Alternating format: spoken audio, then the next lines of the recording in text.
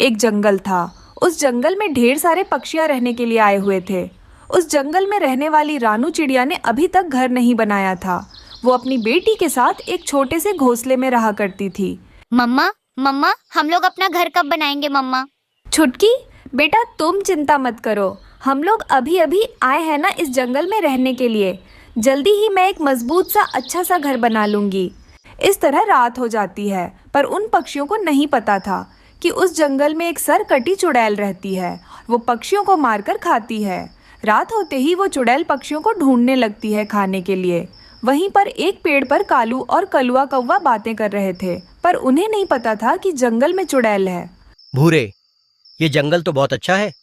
यहाँ पर हम लोग घर बनाकर बहुत अच्छे से रह सकते हैं। हाँ कालू, मैं भी कल जंगल जाकर लकड़ियां इकट्ठे करके एक मजबूत सा घर बनाऊंगा। इस जंगल में तो खाने की कोई कमी नहीं है। हम लोग आराम से रह सकते हैं। हाँ कालू। वो दोनों ऐसे बातें कर रहे होते हैं, तभी वहाँ पर सरकटी चुड़ैल आने लगती है। उस चुड़ैल को आते हुए कालू कौवा देख लेता है और वो कहता है, अरे बाप रे, ये किसका सर है और वो हमारे तरफ क्यों आ रहा है? अरे कालू, ये तो चुड़ैल है। ये तो हमारी तरफ ही आ रही है। कालू, भाग यहाँ से। कालू और कलुआ वहाँ से भाग जाते हैं, पर उस चुड़ैल उनका पीछा नहीं छोड़ती। वो बहुत ऊंची उड़ान उड़ते हैं, लेकिन उस चुड़ैल उनके पीछे ही पड़ी रहती है। तभी कालू कौवा कलवे से कहता है, अरे कलुआ, तू घने जंगल की तरफ चला जाना, मैं दूसरी तरफ चला जाता हूँ, वरना ये चुड़ैल हम दोनों को मिलाकर खा जाएगी। कालू ने जैसा कहा, कलुआ घने जंगल में चला जाता है और वहाँ से भाग जाता है, लेकिन वो चुड़ैल कालू का पीछा नहीं छोड़ती। कालू भागा भागा रानू के पास जाता है और वो रानू को सारी बात बताने लगता है। क्या इस जंगल में चुड़ैल है? अरे बाप रे, अब हम लोग कहाँ जाएंगे, क्या करेंगे? इतनी रात हो चुकी है। हाँ रानू, तुम जल्दी से अपनी बेटी को लेकर आ जाना। कबूतर का घर बहुत मजबूत है, हम लोग वहीं पर जाकर छुप जाएंगे सुबह होने तक। अरे बाप रे, वो चुड़ैल यहीं पर ही आ रही है। रानू, तुम अपनी बेटी को लेकर आ जाना, मैं यहाँ से जा रहा हूँ। कालू कौवा ऐसा कहकर वहाँ से भाग जाता है। वो चुड़ैल सीधा रानू के पास आकर रुक जाती है। वो कहती है, चिड़िया, छोटी चिड़िया, मुझे मेरा शरीर लाकर दो, वरना मैं तुम्हें और तुम्हारी बेटी को चबा चबा कर खा जाऊंगी। क्या ये तुम क्या कह रही हो? मुझे नहीं पता तुम्हारा शरीर कहाँ पर है। ऐसे कैसे चलेगा चिड़िया? ढूंढो, ढूंढकर मुझे मेरा शरीर ला कर दो, वरना तुम्हें तो पता है मैं क्या क्या कर सकती हूँ। चुड़ैल, हमें मत मारो, मैं कैसे भी करके तुम्हारा शरीर ढूंढ कर ला दूंगी, हमें मत खाना। ऐसा कहकर रानू चिड़िया अपने दोस्तों के पास जाने लगती है, पर वो चुड़ैल उसके पीछे ही आने लगती है। ये सब देखकर उस जंगल में रहने वाले बाकी पक्षी डरकर वहाँ से भागने लगते हैं। रानू चिड़िया सीधे कबूतर के घर जाती है। कबूतर भैया, जल्दी से दरवाजा खोलिए। अरे रानू बहन, तुमने ये क्या किया? चुड़ैल को सीधा यहाँ पर क्यों लेकर आई हो? चुड़ैल तो हम सबको खा जाएगी, अब हम क्या करेंगे? अरे दोस्तों, अब हमें ही कुछ ना कुछ करना पड़ेगा, वरना ये चुड़ैल हम सबको जीने नहीं देगी। ये हम सबको और हमारे बच्चों को खा जाएगी। पर रानू, हम सब क्या कर सकते हैं? हम सब तो पक्षियां हैं ना, हम सब उस चुड़ैल का मुकाबला कैसे करेंगे? दोस्तों, तुम लोग चिंता मत करना, मैंने सोच लिया है इस चुड़ैल का क्या करना है। ऐसा कहकर रानू चिड़िया सारी बात अपने दोस्तों को बताने लगती है। अरे वाह रानू, तुम्हारा उपाय तो बहुत अच्छा है। हम लोग ऐसे ही करेंगे। मैं और लूसी मंदिर जाते हैं, तुम भी जल्दी से जाओ, आज इस चुड़ैल का खात्मा जरूर करेंगे। ऐसा कहकर रानू, कबूतर, कालू उस चुड़ैल को वहाँ से लेकर जाते हैं और दूसरी तरफ लूसी, हरियाली, कबूतरी मिलकर बच्चों को लेकर सीधा मंदिर जाते हैं और पूजा करने लगते हैं। और रानू चिड़िया उस चुड़ैल को सीधा एक पेड़ के खोखर के पास ले आती है।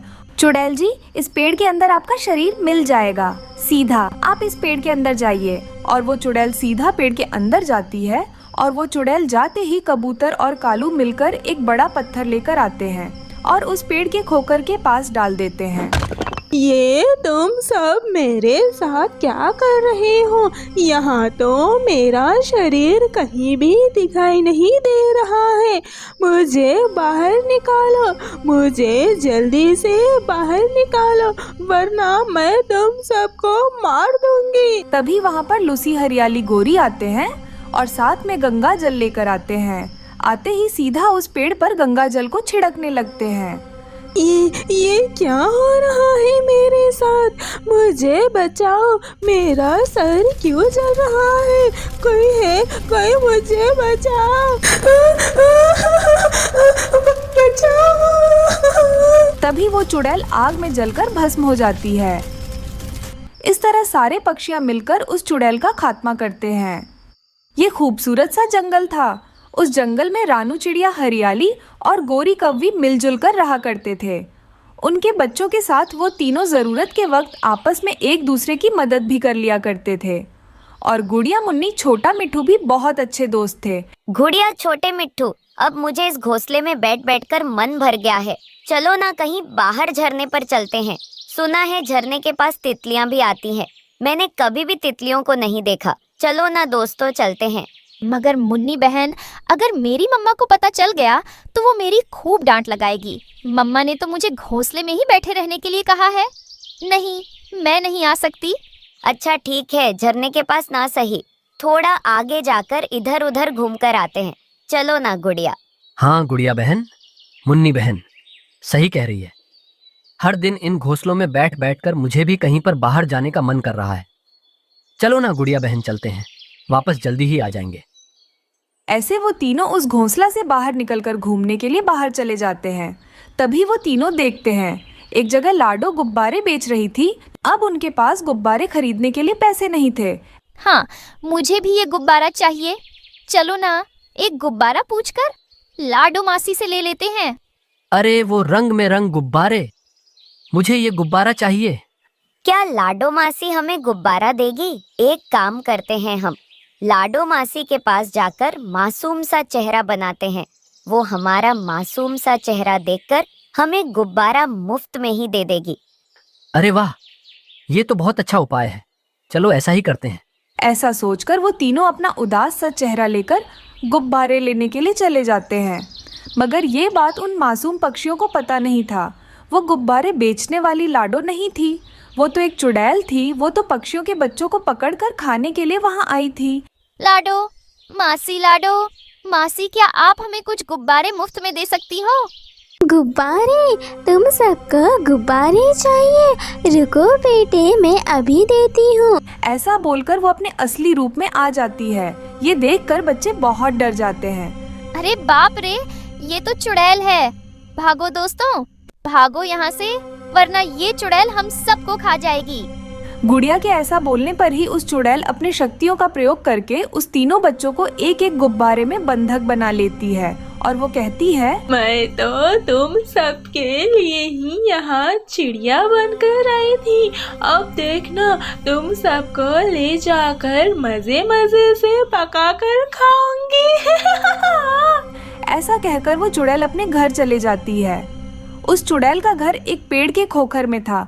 इसमें जाकर वो बैठ जाती है और वो कहती है, अब तुम सबको कौन बचाने आएगा? थोड़ा थोड़ा करके मैं जंगल के सारे पक्षियों को खा जाऊंगी। कोई भी किसी को बचाने नहीं आएगा। दूसरी तरफ रानू, गौरी और हरियाली बहुत परेशान हो रहे थे। उनके बच्चे कहीं पर भी दिखाई नहीं दे रहे थे। गौरी, हरियाली बहन, हमारे बच्चे कहाँ चले गए? मैं तो उन्हें अच्छे से घोंसले में बिठा कर आई थी दाना ढूंढने के लिए। अरे रानू बहन, तुम चिंता मत करो, बच्चे यहीं पर खेल रहे होंगे। चलो हम सब जाकर बच्चों को ढूंढते हैं। हाँ रानू बहन, चलो जाकर बच्चों को ढूंढते हैं। वो यहीं कहीं पर खेल रहे होंगे। वो तीनों अलग अलग जगह जाकर अपने बच्चों को ढूंढने लगते हैं। तभी रानू को एक पेड़ के खोखर के अंदर अजीब अजीब आवाज आने लगती है। फिर भी वहाँ पर रानू जाकर देखती है तो वहाँ पर उसके बच्चे और चुड़ैल थे। वो सब देखकर रानू बहुत डर जाती है और भागकर अपने दोस्तों के पास आती है और अपने दोस्तों को सारी बात बताने लगती है। अरे रानू बहन, अब हम क्या करेंगे? अब तो हमारे बच्चों को कैसे छुड़ाएंगे? वो तो हमारे बच्चों को खा लेगी। हाँ रानू बहन, अब हम क्या करेंगे, कहाँ जाएंगे? दोस्तों, मुझे अभी अभी एक उपाय आया है। चलो हम एक साधु बाबा के पास जाते हैं। वो एक गुफा में रहते हैं, वो ज़रूर हमारी मदद करेंगे। वो तीनों मिलकर उस साधु बाबा के पास जाते हैं और रानू चिड़िया सारी बात बताने लगती है। क्या वो चुड़ैल फिर से वापस आ गई? मैं उस चुड़ैल को छोड़ूंगा नहीं। चलो पक्षियों, मैं तुम्हारे बच्चों को बचाऊंगा और उस चुड़ैल के चंगुल से बाहर निकालूंगा। ऐसा कहकर वो सब लोग उस पेड़ के खोकर के पास जाते हैं। वहाँ पर जाकर वो बाबा मंत्र पढ़ने लगता है। उसके मंत्र सुनकर उस चुड़ैल उस पेड़ के खोकर मैं से बच्चों को लेकर बाहर आती है। वो चुड़ैल बाहर आकर देखती है। वो बाबा को देखकर बहुत डर जाती है और बच्चों को वहाँ पर छोड़कर वहाँ से भाग जाती है। बाबा जी, आपका बहुत बहुत धन्यवाद हमारे बच्चों की जान बचाने के लिए। कोई बात नहीं पक्षियों, ये तो मेरा काम है, चुड़ैलों से पीछा छुड़वाना। अब तुम जाओ, तुम जाकर आराम से अपने घोंसलों में रहना। ऐसा कहकर वो बाबा वहाँ से चले जाते हैं और पक्षियाँ भी खुश होकर अपने बच्चों को लेकर अपने घर वापस आ जाते हैं। एक जंगल था। उस जंगल में आपस में सब पक्षियाँ मिलजुल कर रहा करते थे। उस जंगल में ठंड का मौसम शुरू हो चुका था। ठंड के वजह से सारे पक्षियाँ बाहर निकलने से बहुत कतराते थे। वो अपने घर से बाहर भी नहीं निकलते थे। उस ठंड के वजह से चिड़िया के बच्चे भी बाहर खेलने के लिए नहीं निकलते थे। गुड़िया बेटी, क्या हुआ है? आप इतने उदास क्यों लग रहे हो? मम्मा, इस ठंड के वजह से मेरे पंख बहुत जम गए हैं और मैं मेरे दोस्तों के साथ बाहर भी नहीं जा सकती खेलने के लिए। मम्मा, आप कहाँ पर जा रहे हो मम्मा?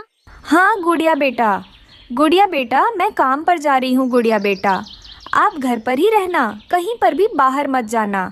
शाम तक मैं जल्दी ही घर पर वापस आ जाऊंगी। ठीक है मम्मा। गुड़िया अपने घर पर ही सो जाती है और रानी चिड़िया काम करने के लिए खेत पर चली जाती है। तभी उसे रास्ते में गोरी कौवी दिखाई देती है और वो उससे कहती है, रानू बहन, आप भी इतनी सुबह सुबह खेत पर जा रही हो क्या, इतनी ठंड पर?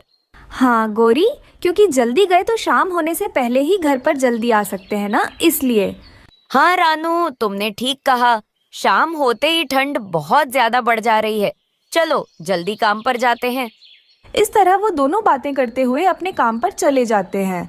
तभी माँ ही चील भी काम करने के लिए वहाँ पर आती है। सारे पक्षी भी ठंड में ठिठुरते हुए अपना काम कर रहे थे। जैसे तैसे शाम हो जाती है। शाम होते ही वो अपने घर पर आने के लिए वापस निकलने लगते हैं। तभी रानू चिड़िया कहती है, गोरी बहन, इस ठंड के वजह से बच्चे बाहर निकल नहीं पा रहे हैं खेलने के लिए। हाँ रानू, तुम ठीक कह रही हो, इस ठंड के वजह से बच्चे बाहर नहीं निकल पा रहे हैं खेलने के लिए। मेरा बेटा जग्गू भी बहुत जिद कर रहा है घर में बैठे हुए। हाँ रानू, शाम होते ही बच्चों को तो खेलने की आदत है ना, इसलिए वो जिद कर रहे हैं। एक काम करते हैं, सब लोग शाम होते ही मेरे घर पर आ जाना। बच्चों को लेकर हम लोग भी थोड़ी देर बातें करेंगे। हाँ रानू, तुम ठीक कह रही हो, मैं घर जाकर जग्गू को भी लेकर आती हूँ। चील दी, आप आते आते हरियाली बहन को भी लेकर आना। फिर वो पक्षी अपने अपने घर चले जाते हैं। तभी उस जंगल में रहने वाली चुड़ैल को क्या करना है कुछ भी समझ में नहीं आ रहा था। वो बस इधर उधर भटक रही थी। अगर थोड़ी और देर मैं यहीं रहूंगी तो मुझे क्या करना है कुछ भी समझ में नहीं आएगा। मैं थोड़ी दूर जंगल की ओर जाती हूँ। अगर मुझे वहाँ कोई पक्षी दिखेगा तो उसे सताऊंगी और मार के खा जाऊंगी। ऐसा सोचकर वो पक्षियों के घर की तरफ आती है। रानू चिड़िया के घर पर सारे पक्षी आने लगते हैं। ये सब देखकर गुड़िया बहुत खुश हो जाती है और अपने घर के अंदर आकर अपने मम्मा से कहती है, मम्मा, जग्गू कौवा भी गोरी मासी हमारे घर पर आ रहे हैं। हाँ गुड़िया बेटा, मैंने तुम्हारे दोस्तों को बुलाया है। तुम बहुत दिनों से ठंड की वजह से बाहर नहीं जा रही हो ना, इसलिए मैंने बुलाया है। ऐसा है तो मैं मेरे दोस्तों के साथ बहुत अच्छे से खेलूंगी आज रात। ऐसे ही सब लोग आ जाते हैं। बच्चे तो बहुत खुश होकर आराम से खेलने लगते हैं और पक्षियाँ भी साथ में बैठकर आग जलाकर आपस में बातें करने लगते हैं। हम सब लोग ऐसे मिलकर कितने दिन हो गए हैं ना। हाँ रानू बहन, इस ठंड के मौसम के वजह से हम लोग तो सीधा मिल भी नहीं पा रहे हैं। हाँ रानू, बहुत दिन हो गए हैं। हम लोग ऐसे मिलकर बच्चे भी देखो ना कितनी खुश है। ऐसे ही सब लोग खुशी से बातें कर रहे थे। तभी वो चुड़ैल भटकते भटकते पक्षियों के घर के पास आ जाती है। सीधा रानू के घर के पास आती है और वो रानू का दरवाजा खटखटाने लगती है।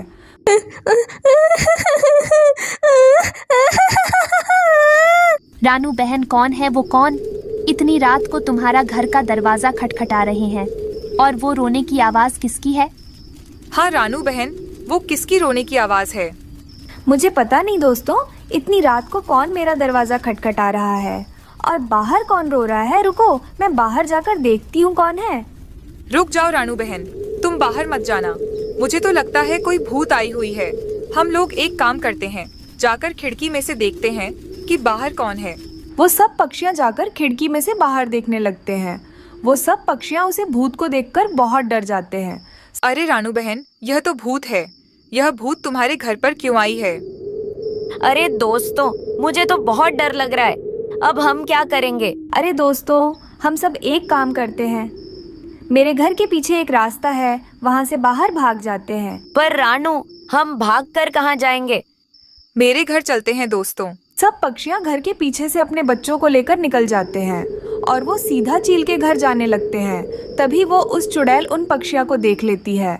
भाग रही हूँ, भागो भागो, मुझसे तो तुम सब बच नहीं पाओगे। मैं तुम सबको छोड़ूंगी नहीं। वो सब पक्षियाँ मिलकर चील के घर चले जाते हैं और चील के घर में आग जलाकर डरे हुए बैठे थे। तभी उस चुड़ैल चील के घर आने लगती है। अरे रानू बहन, मुझे तो लगता है कि वो चुड़ैल यहाँ पर भी आ जाएगी।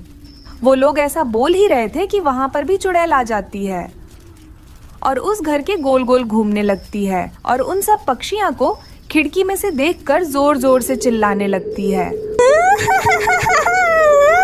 और वो चुड़ैल कहती है, दरवाजा खोलो, दरवाजा खोल के जल्दी से बाहर आओ। मैं तुम सबको छोड़ूंगी नहीं। ये घर को ही तोड़ दूंगी और तुम सबको मार दूंगी। अरे रानू बहन, अब हम क्या करेंगे? मुझे तो बहुत डर लग रहा है। हाँ मम्मा, मुझे भी बहुत डर लग रहा है। मम्मा, तुम कुछ करो। बच्चे तो डर से कांपने लगते हैं और तभी रानू चिड़िया कहती है, हम सब एक काम करते हैं, हम सब मिलकर सीधा मंदिर जाते हैं। वहाँ पर तो चुड़ैल नहीं आ सकती है ना। वहाँ पर जाकर हम सब पूजा करेंगे और हनुमान चालीसा भी पढ़ेंगे। फिर चुड़ैल वो सब देखकर हमारे जंगल को छोड़कर चली जाएगी। हाँ रानू बहन, चलो ऐसा ही करते हैं। फिर वो सब पक्षियाँ उड़ते उड़ते सीधे मंदिर जाते हैं और जाकर सीधा पूजा करके हनुमान चालीसा पढ़ने लगते हैं। ये सब देखकर वो चुड़ैल वहाँ से भाग जाती है। रानो, लूसी और गोरी तीनों बहुत अच्छे दोस्त थे। वो तीनों अपने अपने बच्चों के साथ पेड़ों के ऊपर बैठकर बातें करते थे। शाम होने पर भी उनकी बातें खत्म नहीं होती थीं। एक दिन सबको पता चलता है कि कोई दरवाज़ा खटखटाने वाली चुड़ैल आई है। वो घर घर जाकर दरवाज़ा खटखटा रही है, जिस वजह से अब कोई भी रातों को जंगल में नहीं घूमता था। लेकिन रानो, गोरी और लूसी किसी के बातों पर यकीन नहीं करते हैं। एक दिन देर रात को सब पक्षी अपने घरों में सो रहे थे। गोरी कव्वी और उसका बेटा गहरी नींद में सो रहे थे। तभी आधी रात को कोई गोरी कव्वी का घर का दरवाज़ा खटखटाता है। गोरी कव्वी नींद से जाग जाती है।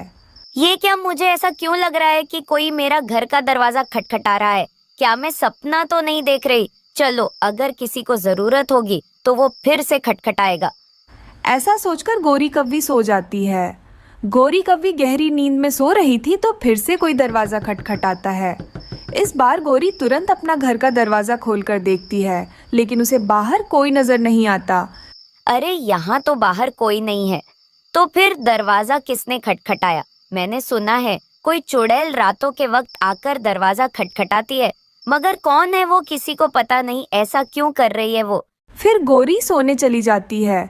थोड़े समय बाद फिर से कोई दरवाज़ा खटखटाता है। गोरी धीरे से जाकर अपने घर की खिड़की से झांक कर देखती है, लेकिन उसे बाहर भी कोई नज़र नहीं आ रहा था। गोरी बहुत डर जाती है। सुबह हो जाती है। सुबह होते ही गोरी अपने दोनों दोस्तों के पास जाकर जो कुछ हुआ सब बताने लगती है। उसकी बातें सुनकर रानो और लूसी दोनों बहुत हंसने लगते हैं।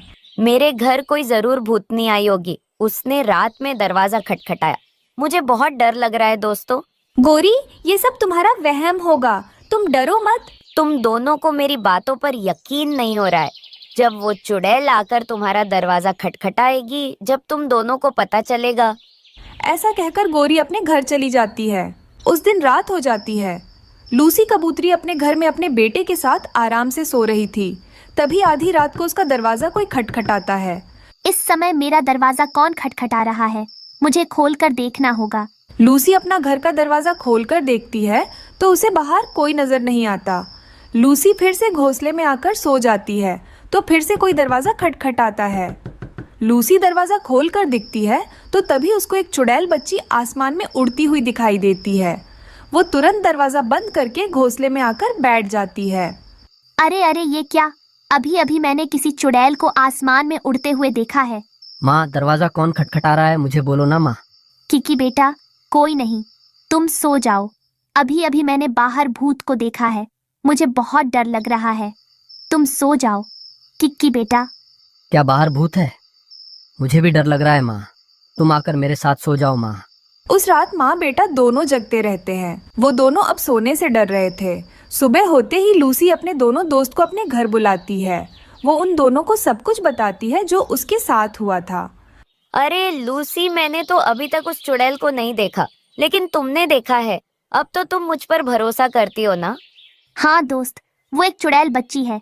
वो यहाँ क्यों आ रही है? मुझे कुछ नहीं पता वो ये क्या चाहती हैं।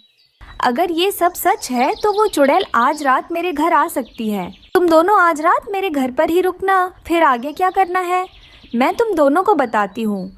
उस रात वो तीनों रानों के घर चुड़ैल आने का इंतजार कर रहे थे। आधी रात होते ही रानो चिड़िया का दरवाजा फिर से कोई खटखटाता है। कोई भी दरवाजा खोलकर देखने के लिए तैयार नहीं था। रानो धीरे से खिड़की में बैठकर बाहर देख रही थी। तभी वो देखती है कि एक चुड़ैल बच्ची उनका दरवाजा खटखटा रही है। मुझे छोटे छोटे बच्चे चाहिए, मेरे साथ तुम्हारे बच्चों को भेजो, मैं उनके साथ खेलना चाहती हूँ। दरअसल वो चुड़ैल बच्चों को लेने के लिए वहाँ आई थी। सभी एक एक करके उस खिड़की से चुड़ैल को देखने लगते हैं। डर के मारे सब छिप जाते हैं। हम उस भूत को कैसे भगाए? वो हमारे बच्चों को लेने के लिए यहाँ आई है। वो जरूर कोई इंसान की बच्ची होगी जो अब चुड़ैल में बदल गई है। दोस्तों, हम सब एक काम करते हैं। हम सब मिलकर भूत के सामने हनुमान चालीसा पढ़ते हैं। फिर भूत कभी नहीं आएगी। फिर वो सभी एक साथ दरवाजे के पास आकर हनुमान चालीसा पढ़ने लगते हैं। चुड़ैल को हनुमान चालीसा सुनना सहन नहीं होता। वो तुरंत वहाँ से भाग जाती है और फिर कभी लौटकर वहाँ नहीं आती। ये जानकर वो तीनों बहुत खुश हो जाते हैं। रानो के दोनों दोस्त लूसी और गोरी उसकी बहुत तारीफ करने लगते हैं। इस तरह फिर से वो सब खुशी खुशी से रहने लगते हैं। बारिशों का मौसम शुरू हो गया था। रानो चिड़िया ने तो बारिशों के लिए पूरी तैयारी कर ली। उसने पक्का घर भी बना लिया था और घर में ढेर सारा भोजन भी जमा कर लिया था। कालू जी, गर्मी तो हम दोनों ने यहाँ वहाँ मजे से काट ली। अब इन बारिशों का क्या होगा? क्या बात है गोरी, अभी तक बारिश क्यों नहीं हो रही? वैसे मुझे बारिश का मौसम बहुत पसंद है। कौवे ने ऐसा बोला ही था तभी जोरों की बारिश शुरू हो जाती है। गोरी कौवी जल्दी से घर के अंदर चली जाती है, लेकिन कालू कौवा तो बारिश के पानी में नहा रहा था। गोरी, तुम भी जल्दी से बाहर आ जाओ। बारिश में नहाने का मजा ही कुछ और है। कालू जी, ये सब काम आप ही करना, मुझे बारिश में नहीं नाचना है। गोरी को बहुत तेज भूख लग रही थी, लेकिन घर में खाने के लिए कुछ भी नहीं था। मुझे तो बहुत भूख लग रही है, लेकिन मेरे पति पागल हो गए हैं जो बारिश में नाच रहे हैं। अब मुझे ही भोजन का कुछ ना कुछ करना पड़ेगा। फिर गोरी भोजन के लिए बारिश में उड़ रही थी। तभी वो बुलबुल के घर से खिड़की में से झांक रही थी। उसके घर में ढेर सारा भोजन था। वो तुरंत कालू के पास आती है और कौवे से कहती है, कालू जी, बुलबुल के घर में ढेर सारा भोजन रखा हुआ है। आप जाकर बुलबुल से बातें करना, मैं खिड़की के रास्ते भोजन चुरा लूंगी। अरे वाह गोरी, तुम्हारा आइडिया तो बहुत अच्छा है। बुलबुल को कुछ भी पता भी नहीं चलेगा। फिर कौवा बुलबुल के घर आता है और उसका दरवाजा खटखटाने लगता है। इतनी तेज बारिश में कौन आया होगा? फिर बुलबुल अपना घर का दरवाजा खोलती है। तभी कौवा घर के अंदर आ जाता है। क्या हुआ कालू? इतनी तेज बारिश में मेरे घर कैसे आना हुआ? वो बुलबुल, बारिश में नाचने में अकेले मजा नहीं आ रहा। क्या तुम भी मेरे साथ नाचोगी? नहीं कालू, मैं बारिश में बहुत जल्दी बीमार पड़ जाती हूँ। तुम किसी और के पास जाओ। ऐसे कालू कौवा बुलबुल को बातों में लगा रहा था। पीछे से खिड़की में से गोरी कौवी बुलबुल के सारे अमरूद चुराकर वहाँ से भाग जाती है। उसके बाद कालू भी वहाँ से आ जाता है। बेचारी बुलबुल अपने अमरूद खाने के लिए ढूंढ रही थी, लेकिन उसको तो उसके अमरूद नजर नहीं आ रहे थे। अरे ये क्या, मेरी अमरूद की टोकरी कहाँ गई? मैंने तो यही रखा था। दूसरी तरफ कौवा और कौवी मजे मजे से चुराए हुए अमरूद खा रहे थे। अरे वाह वाह, मीठे मीठे अमरूद खाकर मजा ही आ गया। कालू, अब हर दिन हम दोनों ऐसा ही करेंगे, फिर रोज हमें भोजन की क्या चिंता होगी। दूसरे दिन बुलबुल मीठे जामुन खाने के लिए बैठी हुई थी। कल तो मेरे अमृत किसी ने चोरी कर ली, आज तो मैं मजे मजे से जामुन खाऊंगी, वो भी अपना खिड़की बंद करके। फिर बुलबुल अपने खिड़की दरवाजे बंद कर लेती है और मीठे मीठे जामुन खाने लगती है। फिर बुलबुल अपने जामुन खत्म करने के बाद अपना खिड़की खोलती है। कालू जी, आज हम दोनों क्या खाएंगे? मुझे तो बहुत भूख लग रही है। लगता है वो बुलबुल के पास भी भोजन खत्म हो गया है। अब हम क्या करेंगे गोरी? मुझे भी बहुत भूख लग रही है। कालू जी, आज हम चिड़िया का भोजन चुरा कर लाएंगे। मेरे पास एक प्लान है। फिर गोरी कौवी कालू को अपना सारा प्लान बताती है। कालू चिड़िया के घर जाता है। क्या हुआ कालू भैया, आप इतनी जल्दी में क्यों हो? किसान की पत्नी भर भर के दाना बांट रही है, तुम भी जाकर ले लो। मैंने भी बहुत जमा कर ली, सोचा तुमको भी बता दूं। कालू भैया, मेरे पास तो पहले से ही भोजन जमा है, इसीलिए आप ही लाए। अरे चिड़िया, माना कि तुम्हारे पास ढेर सारा भोजन जमा है, आगे के दिनों के लिए क्या करोगी? अगर ये बारिश नहीं रुकेगी तो जाओ, जाकर भोजन लेकर आओ। फिर रानो, चिड़िया को कालू की बात ठीक लगती है, वो उसके साथ भोजन लेने के लिए चली जाती है। पीछे से गोरी कौवी चिड़िया के घर आती है। गुड़िया, तुम्हें तुम्हारी माँ ने बुलाया है। दाने का वजन बहुत ज्यादा हो गया है, इसलिए तुम भी अपनी माँ के पास जाओ और उनकी मदद करो। ये सुनकर गुड़िया इंसानों के बस्ती की तरफ चली जाती है। फिर गोरी कौवी जल्दी से चिड़िया के घर आती है और सारा भोजन चुराकर वहाँ से भाग जाती है। कालू भैया, आप मुझे यहाँ क्यों लेकर आए हो? यहाँ तो कोई नहीं कहा है किसान की पत्नी। वो किसान की पत्नी चली गई होगी, वो क्या है ना, बारिश हो रही है ना शायद, इसलिए चलो हम घर वापस चलते हैं। वो दोनों घर वापस आ ही रहे थे, तभी धीरे धीरे उड़ती हुई गुड़िया नजर आती है। अरे गुड़िया बेटी, इतनी बारिश में तू यहाँ क्यों आई है? फिर गुड़िया अपनी माँ को सारी बात बताती है कि गोरी ने कैसे उसे यहाँ भेजा है। गुड़िया के ऐसे कहते ही कालू कौवा समझ जाता है और वहाँ से भाग जाता है। घर जाकर दोनों पति पत्नी बहुत खुश हो रहे थे। अरे मुझे तो पता ही नहीं कि वह छोटी चिड़िया ने अपने घर में इतना ज्यादा भोजन जमा कर रखा है। हाँ कालू जी, अब तो हमारे मजे ही मजे हैं। बारिश के मौसम में हम दोनों आराम से बैठकर भोजन खाया करेंगे। गुड़िया, मुझे अब समझ में आया कि गोरी और कालू ने हमसे झूठ बोला। उन्होंने हमारे घर का सारा भोजन चुरा लिया। माँ, अब हम दोनों क्या खाएंगे? गुड़िया बेटी, मैं उनके पास जाती हूँ और अपना भोजन वापस मांग कर ले आती हूँ। फिर रानू उनके पास जाती है और अपना भोजन वापस मांगने लगती है। कौवो, मेरा भोजन मुझे वापस कर दो, मैंने कितनी मेहनत से भोजन जमा करके रखा था। चिड़िया, मैं तो तुम्हारे साथ ही था और गोरी घर में थी, कोई और चुरा कर ले गया होगा, हम पर चोरी का इल्जाम मत लगाओ। रानो चिड़िया सब समझ जाती है और वहाँ से वापस आ जाती है। मेरी बेटी भूखी ही सो जाएगी अगर मैं उसके लिए दाना नहीं लाई। एक काम करती हूँ, मैं किसान की पत्नी के पास जाती हूँ और वहाँ से एक अमरूद तोड़कर ले आती हूँ। चिड़िया वहाँ जाती ही उस पेड़ पर एक भी अमरूद नहीं था। किसान की पत्नी चिड़िया को देख रही थी और वो जल्दी से उसके पास आती है। क्या बात है चिड़िया, तुम इतनी तेज बारिश में यहाँ क्यों आई हो? फिर चिड़िया सारी बात किसान की पत्नी को बताती है। अरे चिड़िया रानी, तुम परेशान मत हो, ये बारिश का मौसम है, भोजन मिलना बहुत मुश्किल है। जब तक बारिशें रुक नहीं जाएगी, तुम रोज मेरे पास आकर भोजन ले जाया करना, मैं हर दिन तुम्हें भोजन दे दूंगी। माँ जी, आपका बहुत बहुत धन्यवाद मेरी मदद करने के लिए। फिर किसान की पत्नी कुछ चावल चिड़िया को दे देती है। चिड़िया खुशी खुशी से उन चावलों को अपने घर ले आती है। ऐसे ही दिन गुजरने लगते हैं। अब हर दिन चिड़िया किसान की पत्नी से ही भोजन ले आती थी। एक दिन ये बात कौवों को भी पता चल जाती है। वो दोनों जल्दी से किसान की पत्नी के पास जाते हैं भोजन लेने के लिए। अरे ये तो वही कौवे हैं जो छोटी चिड़िया को सताते हैं। आज तो मैं इन दोनों को सबक सिखाकर ही रहूंगी। फिर उन दोनों की खूब पिटाई करने लगती है। मांझी, आप हमें क्यों मार रही हो? हम दोनों ने आपका क्या बिगाड़ा?